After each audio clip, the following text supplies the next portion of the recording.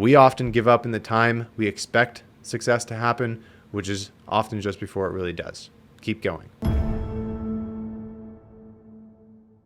You can do whatever it is you want to do. I know this is cliche. I know you've heard it 100 times, but every once in a while, we need a little reminder that when you're on the front side of that big ass goal and you see all of the work standing between you and that life or that goal that you want to achieve, you have to know that it is possible for you, right? I think one of the things that really sparked this today was talking about my transition out of the military. Luckily, I had the opportunity to go on a podcast with a new friend. I'll share some more details about that when it's getting a little bit closer for that episode to air. But we really dove into the struggles and the transitionary period out of the military. And I say that the things that we want and that we can do whatever it is that we want to do is so applicable is because I was in that same scenario, both on the front side of joining the military, on the front side of going to selection, and on the front side of getting out of the military and starting my own business, right? This is something that I see a recurring trend. And I think one of the biggest things that gets people thrown off about this and makes them feel as if this goal or the possibility of reaching this desired end state is not possible for them is it just takes a little bit longer than you think it's going to take, and it's a little bit more bumpy than you think it's going to be, right? When we sit down and we plan a goal, and if you're doing the backwards planning, if you're doing the SMART goal framework, if we're doing all this, it makes it seem like it's going to be this nice, pretty linear progression going from one to next to the next to the next. But in reality, it is riddled with unforeseen challenges. But the thing that I want to point out here is those challenges are very important, a very important part of becoming the person that is one, worthy of the actual end state, and capable of performing past that point of perceived success, right? We need the problem-solving skills, and we need to have the deep intrinsic understanding of what it is we're trying to accomplish that is only gained through overcoming those challenges along the way, right? There are things that we can do to make our path a little bit faster and more efficient, learning from the failures or the successes of others, mentors, things like that. But at the end of the day, going through the experience is the only way to make that possible. And I think the biggest reason why people don't think that whatever their goals or whatever this dream life that they have in their mind is not possible for them is because when they experience these challenges, they let it set them back so far or get them off track completely that they don't continue making progress, right? And this is something I talk to my guys all the time. Nobody's perfect. Like, I'm not perfect. I've gotten off track. I've missed workouts. I've slept in, like all this shit, right? We see it online, and every time you see an Instagram, influencer in the self-development space, they make it seem like their life is perfect, and they stack all of the small wins at every chance they get, or they never miss, right? But that's complete bullshit. I've met some individuals, not in a bad way or anything. Anytime you meet somebody that was like an idol online or something like that, you understand that they're just a normal person. And the thing that I wanted to bring up with that is it's not a factor of never getting off track.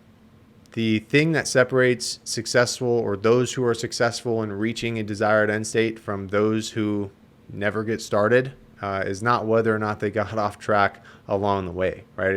It's how fast they got back into it. So if you have had a goal in your mind and you experience a setback, a challenge that knocked you off track or derailed you, or maybe you just veered off track because of a lack of discipline in the short term, we have time. We can come back from anything. I promise you can jump back on track. You can jump back into that cycle, that goal setting, and that working towards that goal period of your life and make it happen, right? It is still possible for you. And that is something that I used to think was like not possible for me, right? When I was looking at becoming a Green Beret, I was like, oh, I'm going to go to selection, but I don't know if it's possible for me.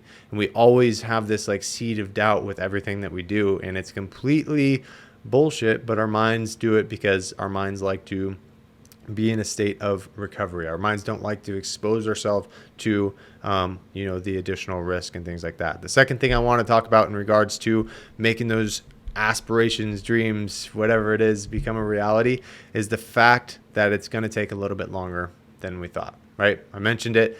It's going to be a little bit more bumpy. It's going to take a little bit longer than we thought. And I think it's important to establish those timeframes in which you can accomplish those goals, setting the SMART framework, blah, blah, blah, all that stuff. But I think it's important to understand that that is a metric or a framework for you to use as a sense of accountability, a sense of motivation. It's not a do or die type of date. There's so many people that I've talked to that have these specific goals, and maybe they took this like 12-month goal and dwindled it down to like 6 months. And when they don't hit the goal after 6 months, they give up and they're like, man, this is just not possible. When in reality, the goal is just on the other side of them not giving up. So I often say this, but we often give up in the time we expect success to happen, which is often just before it really does. Keep going, right? The next thing I want to talk about is nervousness, right? I did a Q&A on my stories on Instagram this last week, and I had a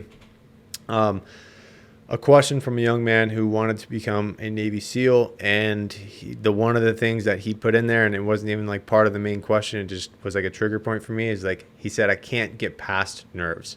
And the first thing I said is, the saying things like can't get past the nerves is the reason that you're having trouble with it, right? We often get so caught up in these emotions and things like that, or the feelings of nervousness, that we start to convince ourselves that we're overwhelmed, or we have this like mental weakness and we can't push through this or that, when in reality, the way I always look at it is nervousness is nothing more than a chemical response, right? I had some sort of stimulus in my mind, and the feelings of nervousness were released, and I can choose to overcome it, right? There was not a single thing I did in the military that was like high risk that I wasn't nervous about. Every single jump I went on, every mission I went on, everything, right? I think it's a good reason, or I think feeling nervous is a good thing, because one, it keeps you a little bit more keyed up. You're a little bit more focused. You're not complacent. You're not taking things for granted. And two, it's a good indication that you're stretching and expanding your comfort zone, right? So I think nervousness should be seen as a good thing, and it should be seen as like, if I feel nervous towards a particular goal, I should pursue that over the one where I feel very confident in, right? Because we're going to get more out of overcoming and facing that nervousness than we will if we stay in our area of comfort, or our comfort zone, and never expose ourselves to the feelings of nervousness. So one of the things I want to leave you with is nervousness is the tangible feeling of growth. So seek out nervousness, expose yourself to it, and put yourself in a position to have to overcome the feelings of nervousness, and watch how much confidence you gain along the way. But with that, appreciate you guys watching, and I will see you in the next one.